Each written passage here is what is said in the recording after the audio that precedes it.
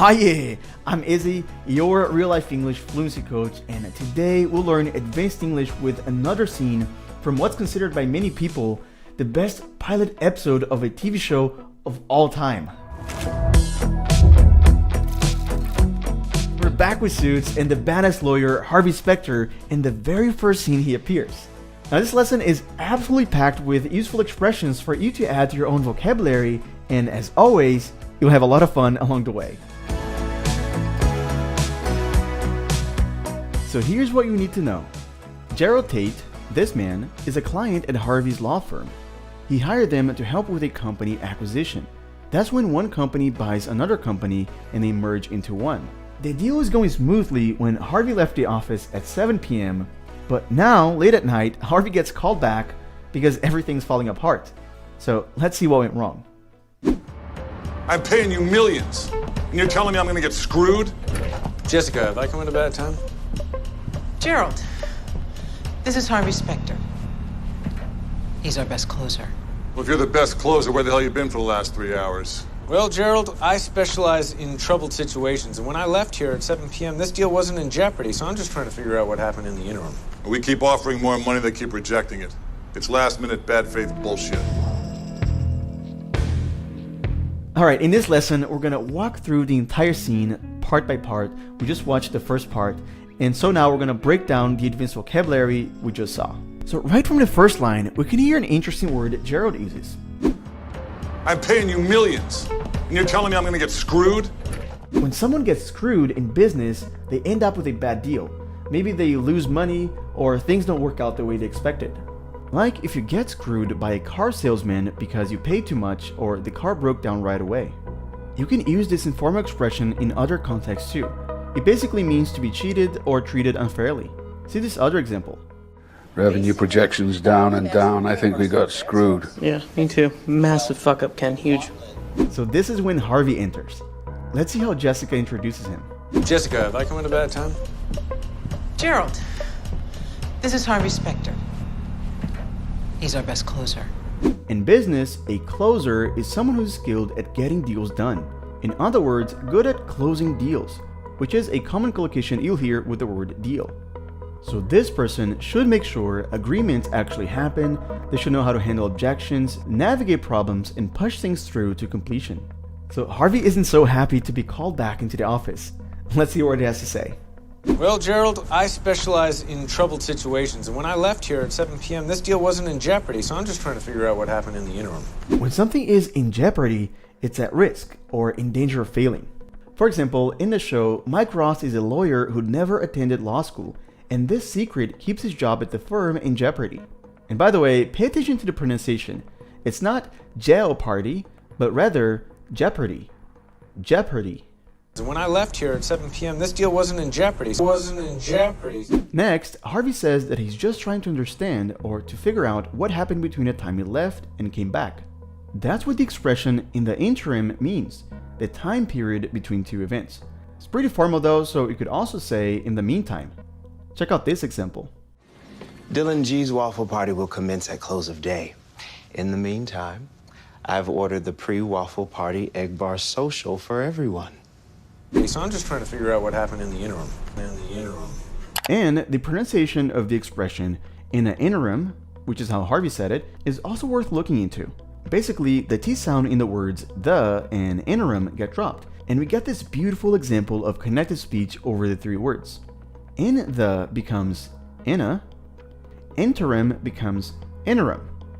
So what we hear is in the interim, in the interim. Now I want to hear you practice it. Repeat after Harvey. So I'm just trying to figure out what happened in the interim.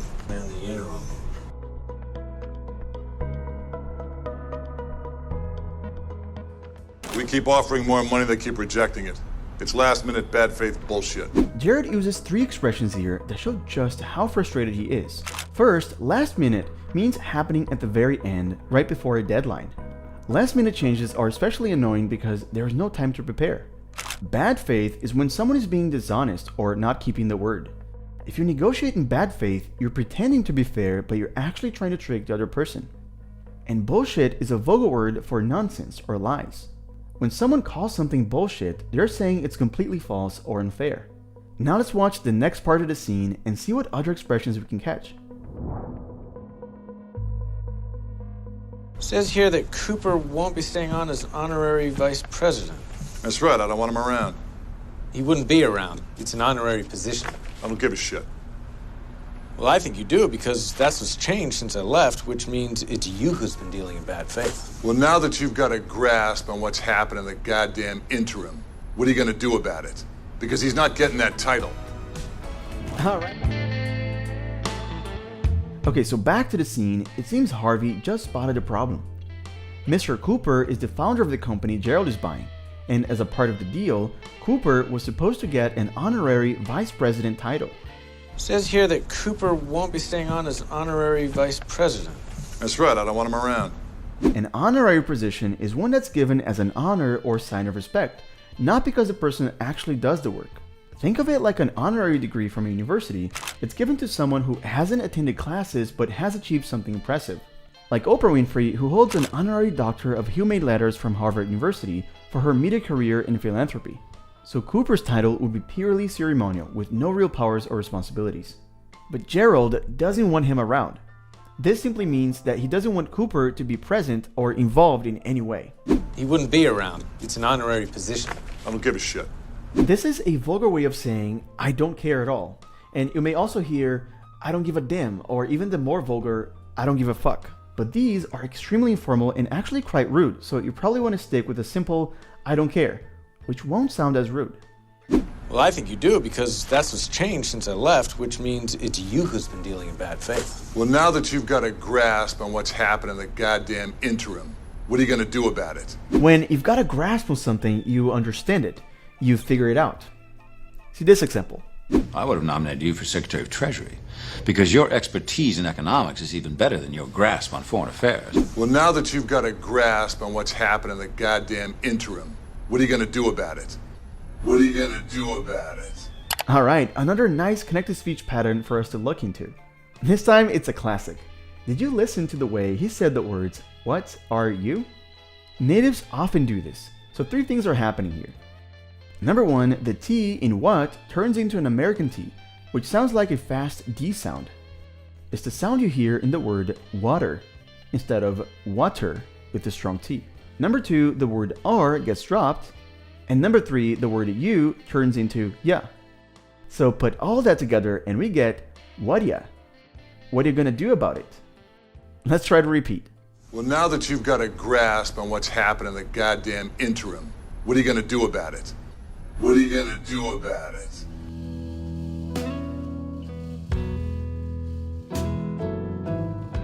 Alright, let's keep going with the scene. Well, let me make sure I understand this, okay? We negotiated a deal that gave you everything you wanted. Mr. Cooper signed it. And now you won't close until we take away the last shred of his dignity? Such a rich phrase, right? Let's break it down. Harvey's saying that Gerald is taking from Mr. Cooper the last piece of his dignity, of self-respect he has left from his legacy, the company he founded. Gerald is basically humiliating Cooper just because he can. And now you won't close until we take away the last shred of his dignity? Bingo. Bingo is a way of saying exactly, or you got it. It comes from the game Bingo, where you shout bingo when you win. In conversation, it means the other person has understood you correctly or hit the nail on the head. By the way, that's another expression you could use. Oh, right, so she told Joe Ellen who told Nick. Yeah, you hit the nail on the head. Well, that's not gonna happen. And why the hell not? Because I like Mr. Cooper, and my firm doesn't operate in bad faith. Oh, I see how it is. Instead of working Cooper, you're working me. In this context, to work someone means to try to manipulate them, usually using psychology or pressure tactics. When Gerald says, instead of working Cooper, you're working me, he's accusing Harvey of manipulating and putting pressure on him, who's actually his client, not Cooper. So he follows with this insult.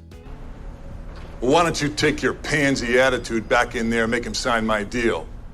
Or I'll pay someone else your money to do it for me. Pansy is an insulting term that suggests someone is weak, and is often used to question their masculinity or courage. Gerald is going quite low here with his words, but Harvey's about to shut him down completely. Let's watch. First of all, Gerald, if you think anyone's gonna touch this deal after your bad faith, you're mistaken. Second, The way our agreement works is the minute Cooper signed the deal which gave you everything you wanted, our fee was due and payable, which is why at 7:30 I received confirmation of a wire transfer from escrow indicating payment in full.